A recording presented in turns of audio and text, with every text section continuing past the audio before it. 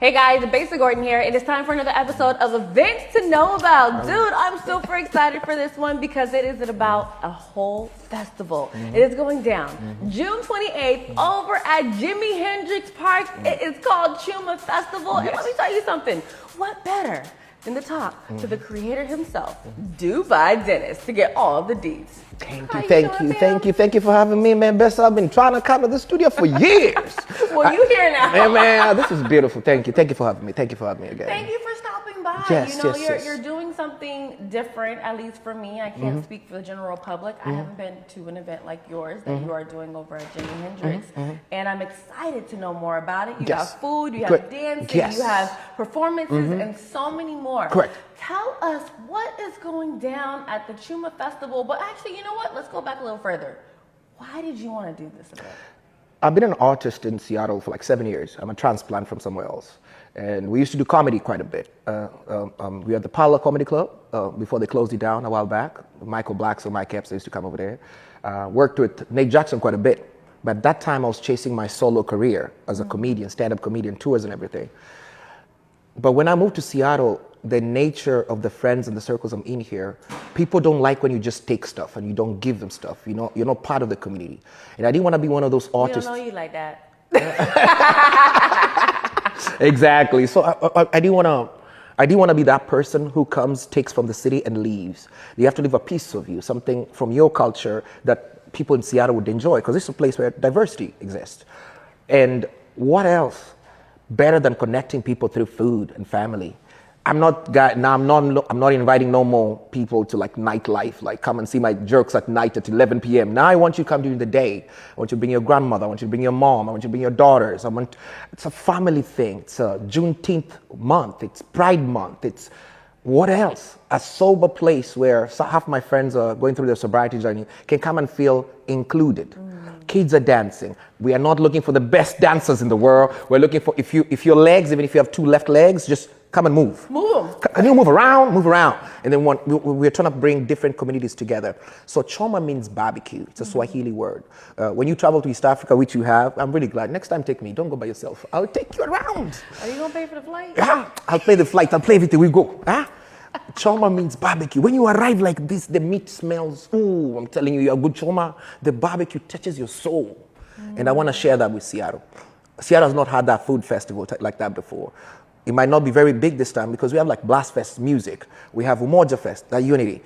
But food festival that is primarily centered on the most spoken language in Africa, which is Swahili.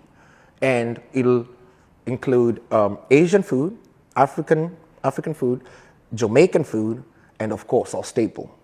Who else than the dopest people in the world? The black food, of course. Soul food is going to be there. Just working with different people. In the future, probably bigger. In the future, probably have more stuff. But this one is more simpler. And I think people would need it, especially the way year's been, the way things have been going. I think the community can use a break. A place where just no judgment. Bring your blanket, put on the floor. Relax. If you want to drink your wine, sit there. It's like a mini picnic with entertainment. Yeah. Right there, Jimi Hendrix, tents all over, vendors from everywhere you've never heard of, restaurants from all over Seattle that you've never explored because some of them don't have social media. This is the place. What do you love most about barbecue, or shall I say Choma? Choma. I love barbecue. First, the essence of it, right? Back in the day, our ancestors, our grandfathers, they didn't do so much. They didn't have the woks. It was just meat, fire, meat. Go hunt, bring it, we eat. Quick, fast. One thing about fire you don't know, every germ is dead. So you're not going to have infections or stomach or anything. Everything is burnt. I like burning, even on the religious perspective, because you see, God used to say, I love burnt sacrifices. He always loved burnt meat. The first homicide in the Bible was two brothers. One barbecued vegetables, the other one barbecued meat. God always loved barbecue. It's in the Bible. It's not me. It's in the Bible. And now when you have it out here, you think about summer, your friends are visiting, you have a good cocktail. It brings us together. Us men, we have a rule that don't touch my grill. That's like a little hidden rule. If you come to my house, don't touch my grill. This is like my wife, don't touch my grill. Sit over there, I'll cook for you. If I come to your house, you touch your grill. This brings men together. And you know what June is? Men's suicide, men's mental health month. Is it? So barbecue is right on it. Wow, I didn't know that. Yes. In America, I think they say 65% of the suicides are from men. So this is a lot of things in one thing. So did you grow up with a lot of Choma? Yes. I grew up with a lot of Choma. My mom and my dad, I'm originally from Kenya, Nairobi. When we were young, we used to live in the barracks. I'm an army brat. And every Friday or Thursday, they would kill one big cow or bull. And they would send the meat out to... Every Friday, they would send the meat out to people. They just kill and give people meat. Barbecued. It was good. The life in the army was good. Wow. So they would send the meat out to people who cook. Then if you don't cook, they barbecue right there. So you just come and collect the meat because they can barbecue a whole thing quickly. Wow. So every kid wanted barbecue. Remember when you went to Tanzania, they said chips and kuku? Yeah, so kuku choma, fish choma. Think of it like you can even have crab choma, lobster choma. It's burn. Yeah. Anything on the grill? Everything on the grill. Just put your seasoning, grill. So, I've always been a fan of bringing our African brothers and sisters together with our African American brothers and sisters. And as some say Black Americans, we just have to make sure that we get all we get it right, correct. We get it correct. We've talked before, and this is also important to Correct. Why? We have this, I'm the founder of Kicheko Projects, a nonprofit that uses art to build bridges. That's our biggest word. Building bridges. Born to win, born to love, building bridges. My whole career has been helped by people. My whole life from undergrad in Kansas City is people. Different places, black, white people. When I came from Kansas, we didn't have a lot of the black community there was not very strong. We were a very small minority. It was a very red state, one of those flyover states. It was very tough. And then I came to Seattle and you're speaking with your real voice. You're not code switching. You're wearing what you wear. You see, when I walk, you feel your confidence is back. And you're around your people. You feel like you have that community.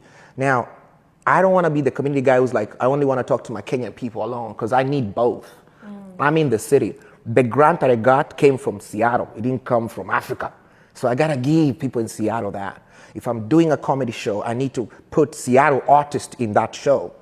Literally, every comedian I've worked with, every musician I've worked with, I want it to be part of the show, part of the fabric of the city. I don't want to keep taking. I want to also put back.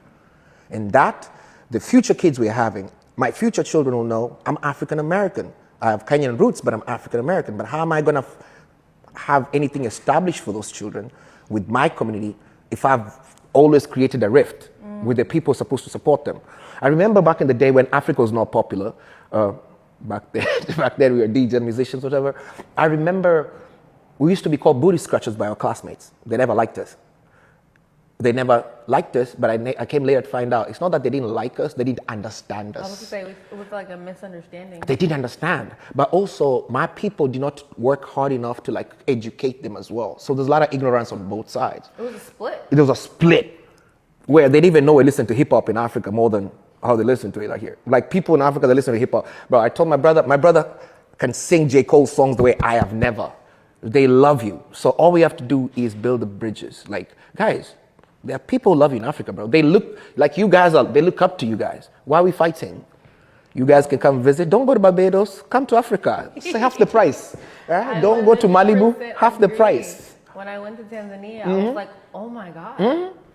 Y'all know Mariah Carey like this? Yeah, I know. Not in a bad way, but it's like when you've never been and if you don't know a lot of people that actually live on the continent, sometimes you just don't understand. You don't understand what the concept will be. You don't understand what the energy will be. And I was like, and to this day, since I went last summer, I'm like, I'm ready to go back. Please go, please go Mombasa. I live my best life over there. Bro, Tanzania looks like Disney World, like Mufasa. The whole thing is there. It's beautiful. And the other thing is you know Kelly's, right? No. Kelly's, she made a couple of records with Busta Rhymes back in the day. Busta, what it is right now. Oh, Busta. She moved to Kenya. after the big fire that burnt her property back in California, she's bought almost 40 acres in Kenya. Like if you go to her Instagram, she's always showing Kenya, the backyard where she bought the land. You see giraffes, you see, like she wakes up to these things.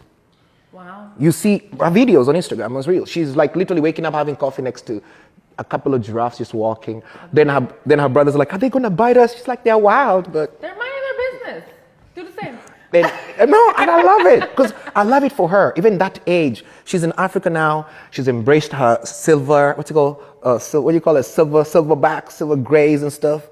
And she's found herself. She's in perfect health. Bro, you would have not thought she's aged one bit. And that's what I want for the people. Maybe the continent, maybe there's a lot of things here, but there's a place you can go take a break and relax, unwind, and remember who you are. Bring it back. Let me ask you this. When people come to Choma Festival and they enjoy the vibes, they get the food, they see the performances. Wait, who's performing? Do we know? There's a lot of people. I wanted to surprise them, but okay. So I have 3 DJs, right? I have Hidden DJ, DJ Nick, and DJ Quins. Quins. I think Quins is going to be there. Performances will be by this big Ugandan artist called Dance Echo. We also have performances from a Christian rapper. Forgot his name. His name is Kylo or something. He's a good guy. Just met him like a few months ago. We're also going to have a performance from Senior Muigai. He's a good Kenyan comedian. We're going to have Brainy Beats from Chop Chop. You know Chop Chop. And one more person we just wanted from him to confirm. I wanted to keep the list under because I want the events to be more on the people than the artist. You want people to enjoy the music? Yes, I'm not, this is not a big concert. Yeah, I don't want people looking for new fans. I'm literally killing the whole celebrity vibe of this one. This is family. You come here for family and friendship. That Seattle Freeze, we're killing it to the bone. No, period. That's it. I don't want no celebrity. I want you to make sure all your performances include the kids, include the moms, include the guys who are maybe in a wheelchair or whatever. I want everybody. That's what I want. Why is it important for you to have the kids there? I have a daughter. Her name is Sienna Maronga. I haven't seen her for 10 years. I've been fighting to see her for a long time. I also have not gone to Africa in 17 years. Community means a lot to me because I've not had a chance to be around my family for almost 2 decades. So community is representing the people like me who want family, and we are not able to be with family. We're not able to see the people we love. So this is for those people. They live in jobs where they work 6 days a week. Yeah. They don't go home. They have no friends. They're very depressed. This is it. If they can't make it home to eat a home-cooked meal, we'll bring the home-cooked meal to you. It's going to be there. That's it. So let me ask you this. When people leave Choma Festival, what do you want to be on their mind? Family is the greatest asset of all things. When we're competing in the world, people say generational wealth starts somewhere. Fatherless kids, motherless kids. It starts from somewhere. Your confidence, your self-esteem when you're approaching the world, when you're chasing your goals. You want a community to show you love. You want a community to believe, Besa, I think you're gonna go to iHeartRadio and be the best. You want that, you know? Growing up in a family where people didn't do that very much, you have to learn from the world. Some people don't ever, so they're stuck in certain places and they don't execute anything at their full potential because they don't feel that they're that person. So I want to create these spaces where kids can see themselves in that place, even if their environment doesn't show it to them. We lose a lot. We lose a lot of greatness because people don't see themselves as great. The white Caucasian community, they've done it very well. I had friends at 21 who were buying houses already. They were quick, they're doing it. So if we could do it also in the African community, we are here. What do you need? What can we boost? I love the movement in Seattle, Black-owned business. Bobby, yeah, I love that. Sync Seattle, I love that. I want that in my African community too. I want to be able to come to young Black professionals or young African professionals, a place where we can start stuff.